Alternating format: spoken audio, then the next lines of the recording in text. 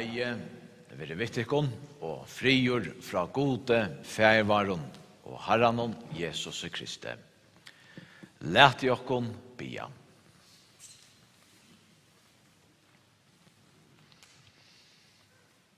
Fægir og i himle, vi takkat her fyrir kvarja gåa gavo og Jesu løyve, og fyrir vånena og mitt evige løyve, som to hever endurfødt okkon til, fyrir opprørsen Jesu Krist fra deion.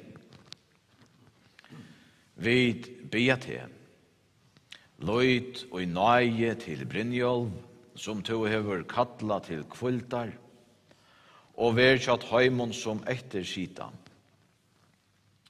Okka og trøsta tei og i sorg og saknetorra. Vær okkon öllom fyrir Jesu Krist skuld nøyur og miskunnsamur, bæje og i løyve og deia. Varvad okkon i trunni av te, så at vi øyna fer vi öllom frelst og tøynum, med a lova og prysat her om altor og æver atlar.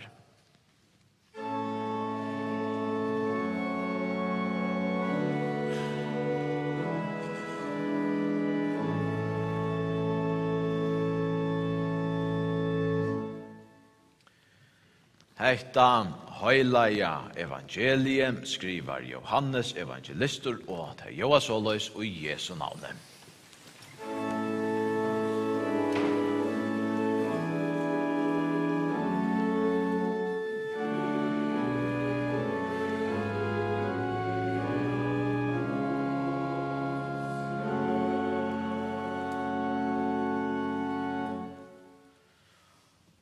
Om luttla stund, og tid suttja meg ikkje langur, og atter om luttla stund, ta skulle tid suttja meg. Ta søtt og nekrer av lærersveinen hans der kvar vi annan.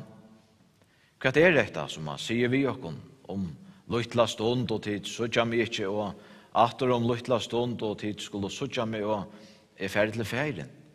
Ta søtt og tøy, hva er dette som han sier om luttla stund vid skilje ikkje hva han talar.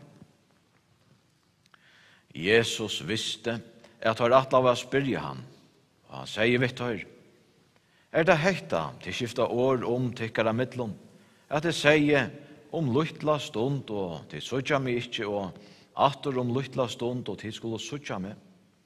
Sannelig sier tikkun. Tid skulle gråta og emka tikkun, men heimeren skal fegnast. Tid skulle være sorgarbundner, men sorgtikkara skal være vend til glede. Konan som skal løya baden hever sorg tog at tøymi hennare er komen. Men ta i hon hever åt badene kommer henne ikkje langer neina og i ho, for gledena om at en menneske er født i heimen.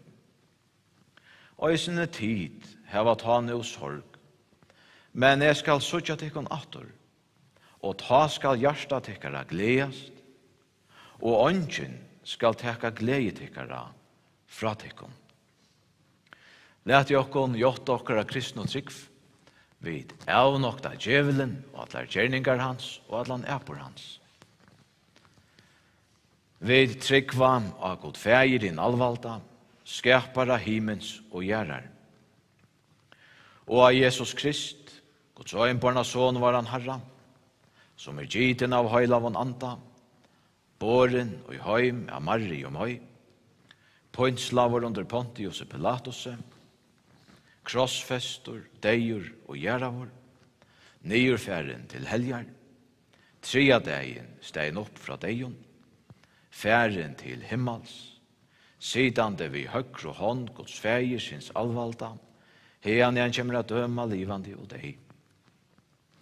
Og av høylegan anda, og en av høylega allmenna kyrkjo, samfella torra høylavo, fyrirkjøving syndana, opprørsen likamsins og liv om alder og æver.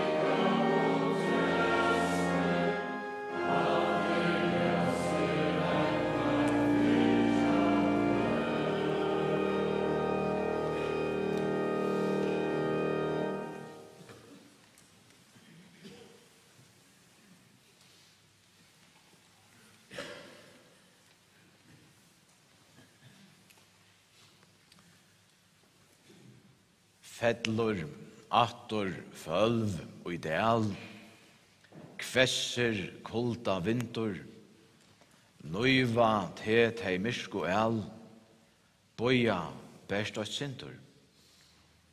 Røyna, var og vetur dist, solen sikrar te vist, vorst og så, kvør valdar. Te var, og det kunne være lodger og torrer, medan trø, spyra og fokler synker i sølskins vekkrem. Men det kunne øysene være kalter og myrker, medan kave kan fjalla løyve som røyner at vinna fram. At missa ein kæran man tidjast som hese motstrujande vigiskiftene hesa årsins tui. Det sjølvande vi sorg og sakne at vi saunast børena tja øynon og i støvåkon nær. Men det ikkje utan vøvn løyv og i øynon paradise vunni okon vi Kristi. Vel kunne det tidjast som heser vi kvart kaldo og myrsko, vi kjava fjallande løyve, men samstundes vinner, vermande og luvgande ljøse, allsamt møyra og møyra fram. Det koma, ta i veteren hever givet skarven iver, fyrir sommaren som suger vann disten. Og i det verur Brynjolfur Ellingsgård båren til sin sørsta kvullta sted. Brynjolfur sovna inn og i avenløykan, medan årene Gingen hin efsta gøta, var og sunnkjen og i utvarpen. Efsta gøta hansara var nu Gingen og høska i hesen sangur sera vel til hesa, hansara søgnast og fer og i hesson heime. Og en fer som byrja i av heste 1936, da i Brynjolfur var fødder Amand og Eldevig og Deodore Ellingsgård. Saman vi søgnon tveimon sistron og trimon brøron, sløyd Brynjolfur søgnar badnaskekvar norri av øy, og en tøy mest av kruksaren. Mennesker, enskjer, soldater, vore og øy, og var det vanligt tja bøtnen at bøyde egg vi sjokoladen. At pape Brynjolf pladde at klippa soldaten var sjålvande, øysene vi til at hesen syskjena flokkur mengan fekk sjokoladen. Nekka tei mengan myntost atur og tåsav om. 14 år gammal, Fauran som mennesker unger drønger til skips.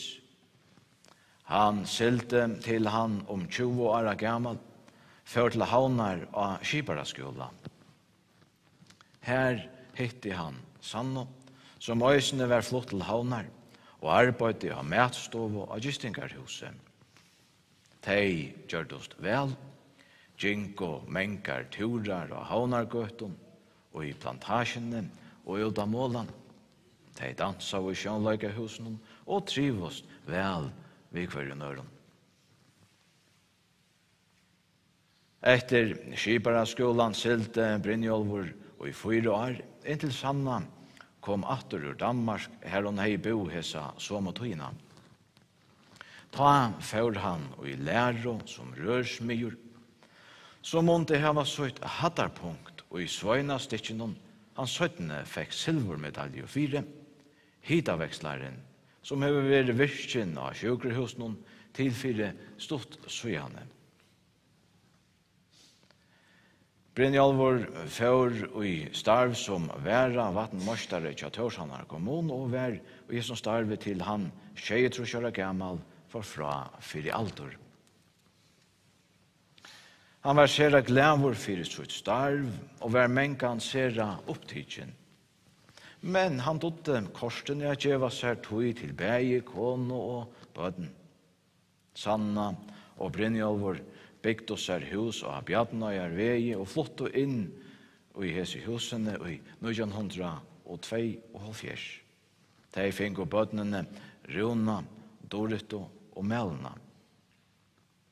Nu, efsta, gøta, hansara vær gingin, talte familjan øysene trudjar abbasiner og 2 lenkababøden. Som mævur, pape og abbe vær Brynjolfur nærværande, plikt oppfyllande og aløydande. Han vær høsligur og vær ikkje bengen fyrir a standa i køkjenen og gjøre mat, ta i taver neut. Han syrte fire at bødnene alt og møtt og i skolan og til tøyina, og han syrte fire at det som skulle gjerast vær gjørst.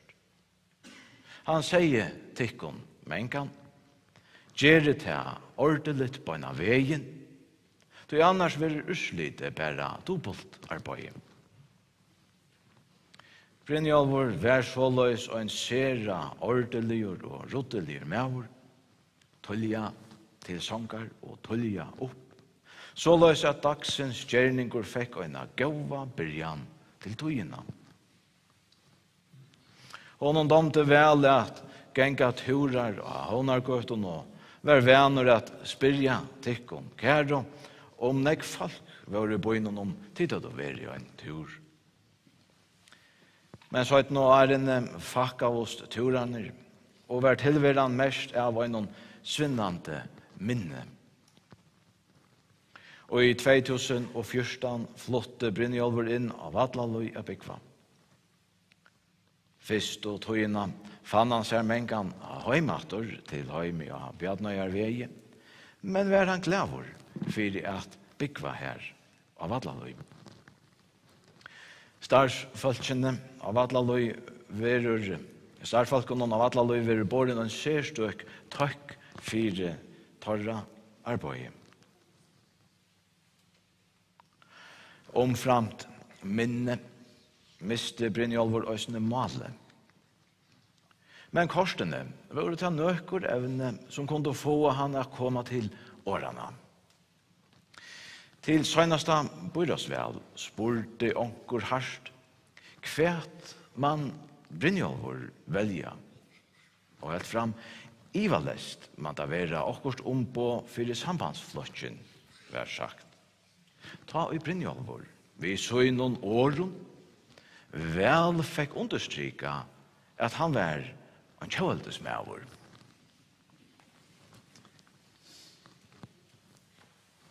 Høstdagen såna i Brynjolfur inn i Amaløykan, og i bakgrunden hørtest sankeren og i utvarspen om vi åren.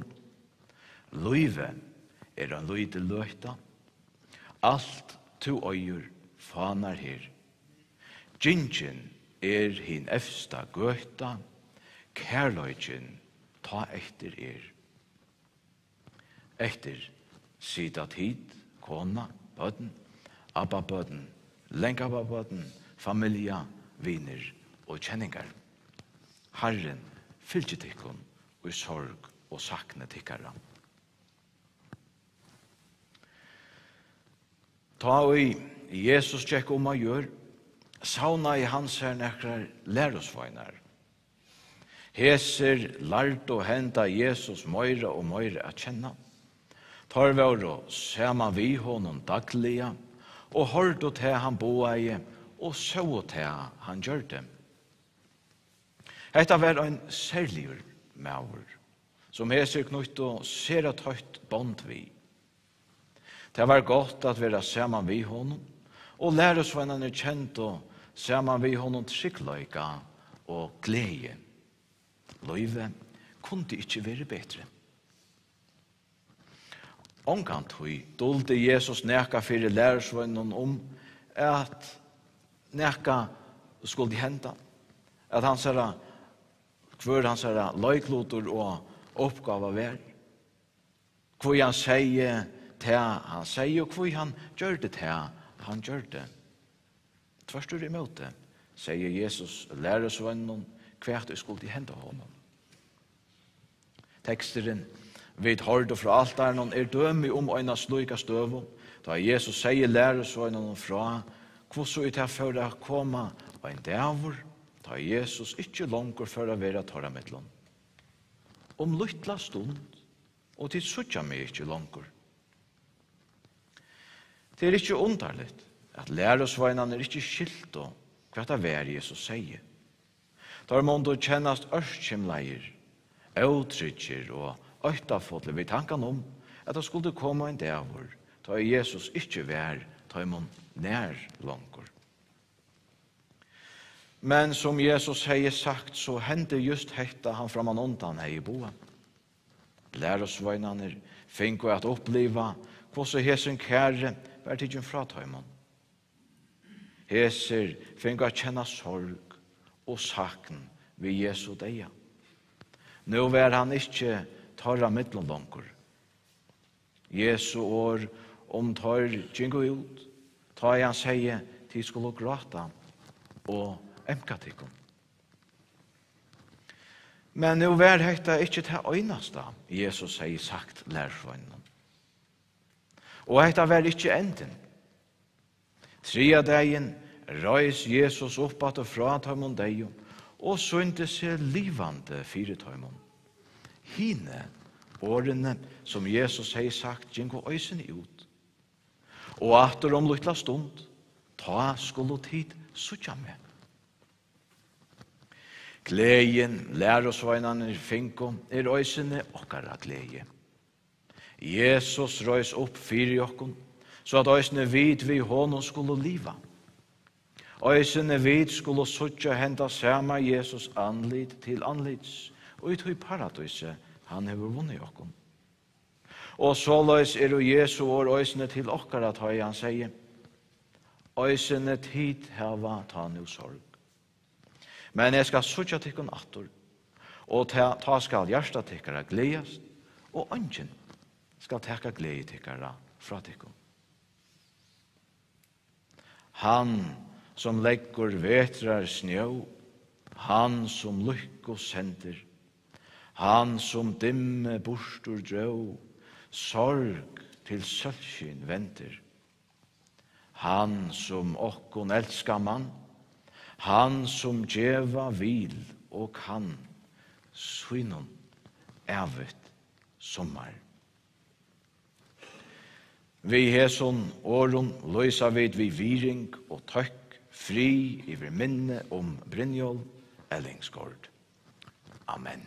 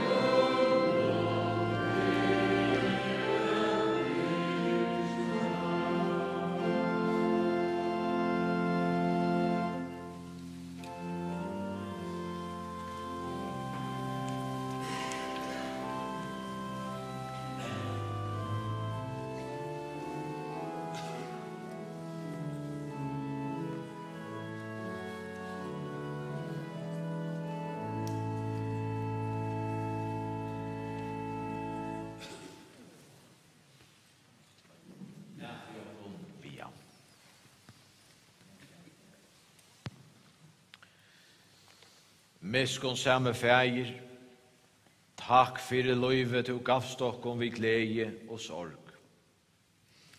Takk at vi med at trykva, at alle loder samverska til gåa tjat heimon som elskat her. Halt okkom nu i sorg okkara fast tjat her. Minn okkom nå, at du vi deia og opprørsen sonar tunns, hever tidsi atla nei okkara at he. Endur nødja okkon i livande vevn.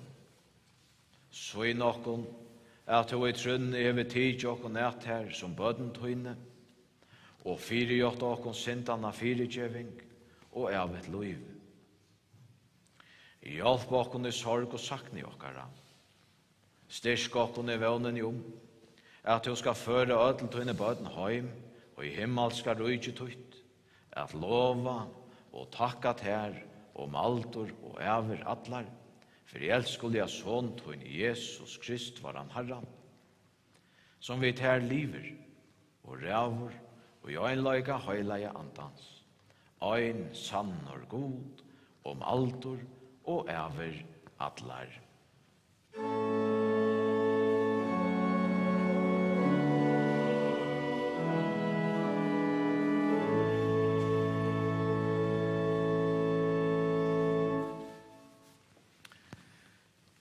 Vekna til erværande skal jeg takka til konødlån som møtt til gjerarferina via søyna høyur og samkjenslo og sier fra at erve verur av skolahøymnon vid Marsnagidsvegen etter gjerarferina. Nu røysast vid ødel og berararne kunne stilla seg vid kistena og så verur bori ut under søynasta ørende. Gjør så vel.